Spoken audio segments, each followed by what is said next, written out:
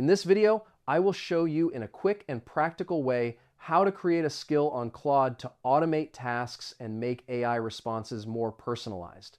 First, go to the Claude website using your browser and sign in to your account. If you don't have an account yet, you can create one for free using your email or Google account. Once you are inside, look for the option to create a new skill or configure custom instructions for Claude. Usually, you can define a skill by writing instructions that explain how Claude should behave or respond. For example, you can create a skill to generate code, write specific types of text, or answer questions in a standard format.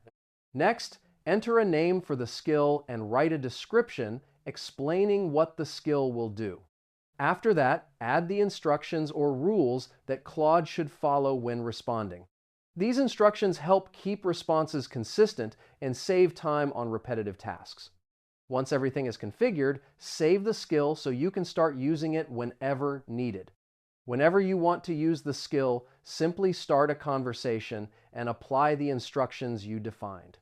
This helps automate processes and improve productivity using artificial intelligence. And that's it. Now you know how to create a skill on Claude easily and efficiently. Save this video so you can check it again later if needed.